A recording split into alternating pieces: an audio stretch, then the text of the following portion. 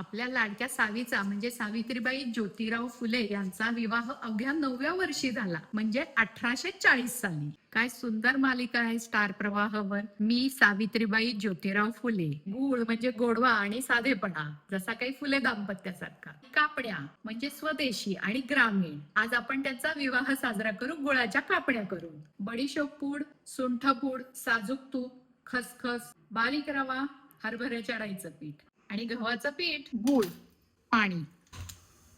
पाक करायचा नाहीये, फक्त गूळ विरघळवायचा आहे.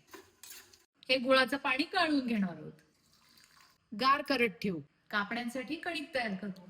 मीठ, बारीक रवा, हरभऱ्याच्या डाळीचं पीठ, सुंठ पूड, बडीशोपची पूड मिक्स करून घेऊ. साजूक तुपाचं मोहन. मोहन. गुळाचं पाणी गार झालेलं आहे, आता पीठ भिजवू. खूप घट्टही नाही, पातळही नाही, अशी कणिक भिजलेली आहे. 10 मिनिटं झाकून ठेवू. खसखस,